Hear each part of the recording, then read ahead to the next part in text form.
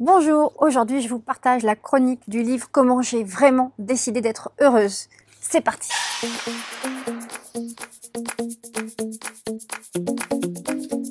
Bonjour, je suis Caroline Drouard, coach des femmes actrices de leur vie et j'aide les femmes à prendre conscience de leur potentiel et à oser exprimer celles qu'elles sont vraiment. Si vous êtes nouvelle sur cette chaîne, pensez à vous abonner pour recevoir mes méthodes et conseils en vidéo pour une vie plus sereine et plus alignée avec vous-même. Aujourd'hui, j'avais très envie de vous parler de ce livre de Marianne Power, Comment j'ai vraiment décidé d'être heureuse. Alors il n'est pas récent, il a peut-être 2-3 ans. Il est aussi connu sous un autre titre, le titre Help Me, comment le développement personnel a changé ma vie. Donc, vous pouvez le trouver sous les deux titres. Mais tout d'abord, qui est Marianne Power? C'est une journaliste et auteure qui vit à Londres. Elle est rédactrice beauté pour des magazines et elle va nous raconter sa propre histoire à travers ce livre. Donc c'est l'histoire d'une journaliste freelance, angoissée, célibataire, sans enfant, qui se trouve trop grosse et qui, un lendemain de soirée bien arrosée, décide de se lancer un défi personnel. Lire et mettre en pratique un livre de développement personnel par mois, donc 12 ouvrages au total sur une année. Avec ce défi qu'elle se lance, elle souhaite se transformer, comme elle le dit, d'épave dépressive en femme heureuse et efficace. Alors j'ai beaucoup aimé ce livre parce qu'il y a beaucoup d'autodérision dans le livre. Il est un peu écrit à la Bridget Jones, le journal de Bridget Jones, donc il y a de bons moments très sympathiques dans le livre. Donc on va la suivre à travers ce livre, dans toutes ses découvertes, ses expériences, les erreurs qu'elle va pouvoir faire et dont elle se rendra compte un peu plus tard. Alors dans les 12 livres qu'elle applique, déjà il y a le premier qui s'appelle Trembler mais oser de Susan Jeffers. Donc ce livre va la conduire à réaliser une action audacieuse par jour et cette action est destinée à la combler. Donc avec ce livre, elle va se lancer dans une action audacieuse par jour. Donc on va parler de dépassement de soi et de confiance en soi, mais du coup elle va se lancer dans des défis personnels, des actions qu'elle n'osait pour l'instant pas faire. Donc elle va par exemple tester un bain glacé en plein hiver, poser nue pour un cours de dessin, faire du stand-up. Bon, je vous raconte pas tout, mais il y a des moments très sympathiques. Et puis, comme j'ai très envie de vous reparler confiance en soi, je pense que je vous parlerai de ce livre un peu plus en détail. Je vous mets le lien de tous ces livres dans la description, donc ils sont pas tous traduits en français, mais vous aurez quand même les liens. Elle met ensuite en pratique le livre L'argent, une histoire d'amour de Kate Northrup.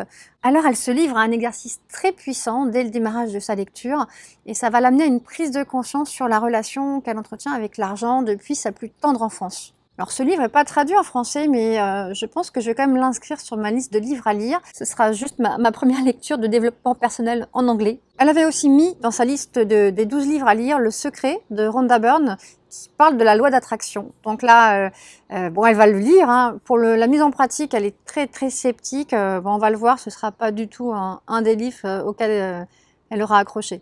Le mois suivant, elle s'attaque au livre La thérapie du rejet de Jason Comely.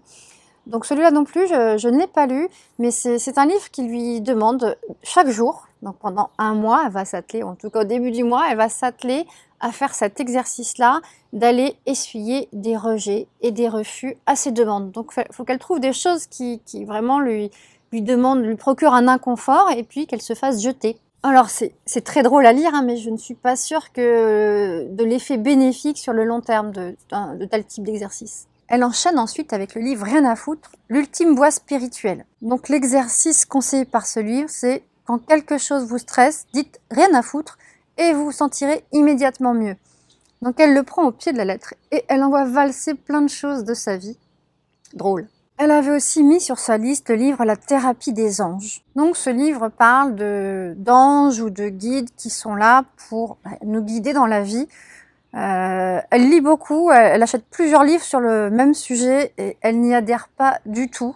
Elle rejette tout en bloc. Elle passe assez vite sur ses livres parce que ça l'agace. Alors dans sa liste, il y a aussi les 7 habitudes de ceux qui réussissent tout ce qu'ils entreprennent, de Stephen R. Covey.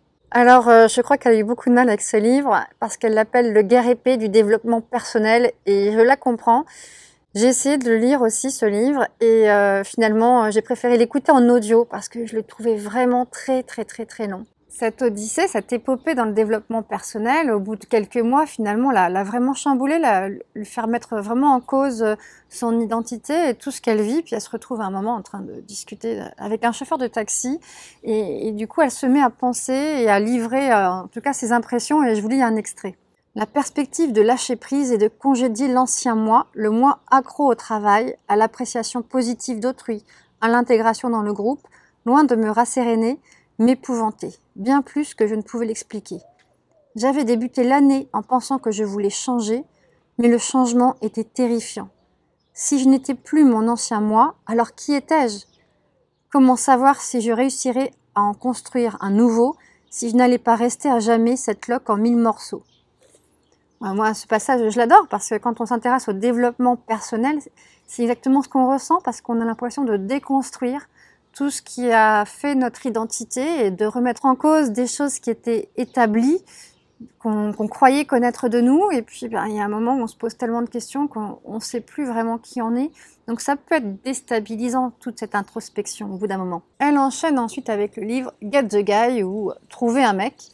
Donc, elle associe le développement personnel avec son souhait de ne plus rester célibataire. Donc, elle applique les conseils de ce livre un peu à la Bridget Jones, comme ça l'arrange, mais surtout, ça lui permet de passer à l'action. Elle parle aussi du pouvoir de la vulnérabilité. C'est un livre qui lui a beaucoup plu.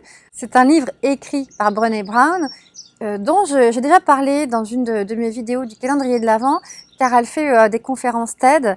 Elle parle de la vulnérabilité comme du courage. De se dévoiler et de se laisser voir. Et c'est ce qui permet aussi d'entrer en relation avec les gens. Et ça je trouve ça vraiment très intéressant. Donc, j'aimerais bien vous en reparler. C'est un sujet vraiment d'actualité. Et puis, elle finit par le livre « Transformez votre vie » de Louise Hay. Alors, celui-là, j'en ai déjà parlé très récemment parce que ça traite de l'amour de soi. Donc, on la voit faire des exercices et notamment l'exercice du miroir dont je vous ai parlé dans une vidéo précédente. Je vous la mets en lien juste au-dessus. Donc, il y a eu des moments où je me suis beaucoup retrouvée dans ce livre quand elle s'interroge parce que faut dire que c'est une odyssée, 12 livres en 12 mois. Donc, elle enchaîne non seulement les livres, mais les exercices pratiques de mise en application. Donc, elle n'a pas ce temps d'intégration et puis, elle lit, elle applique, elle lit, elle applique. Donc, je comprends que ça a été déstabilisant. Vous pourrez voir ça dans le livre si ça vous tente. Mais c'est surtout que je me suis reconnue à certains moments où elle avait l'impression de savoir quelque chose que les autres ne savaient pas. Moi aussi, quand j'ai commencé à m'intéresser au développement personnel et à beaucoup lire sur le sujet, j'avais l'impression de détenir un secret et je ne comprenais pas que les gens ne voient pas ce qu'il y avait devant eux. En tout cas, je vous le conseille si vous voulez passer un bon moment et que le sujet du développement personnel vous intéresse. Vous pouvez retrouver encore plus d'astuces et de conseils sur mon groupe Facebook réservé aux femmes. Je vous mets le lien juste en dessous de la vidéo. Et dites-moi en commentaire, est-ce que ce livre vous inspire? Allez, à bientôt!